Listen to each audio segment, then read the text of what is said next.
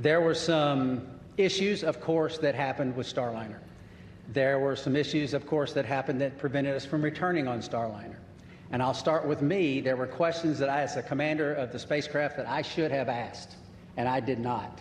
At the time, I didn't know I needed to. And maybe you could call that hindsight, but I'll start and point the finger and I'll blame me. I could ask some questions, and the answers to those questions could have turned the tide.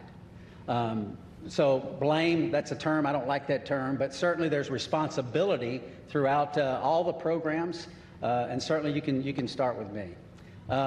Responsibility with Boeing, yes. Responsibility with NASA, yes.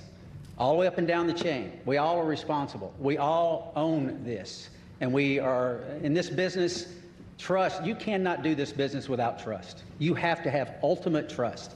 And for someone to step forward and these different organizations say, hey, I'm culpable for a part of that issue, that goes a long way to maintaining trust. So we're not going to look back and say this happened or that happened and that person's or that issue or that entity's to blame. We're going to look forward and say, what are we going to use our lessons learned from this whole process and make sure that we are successful in the future.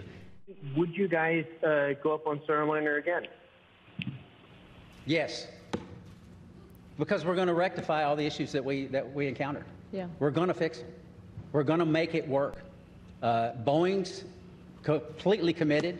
NASA is completely committed. And with that, I'd get on in a heartbeat. Yeah, I would agree. The spacecraft is really capable. There were a couple things that need to be fixed, like Butch mentioned, and folks are actively working on that.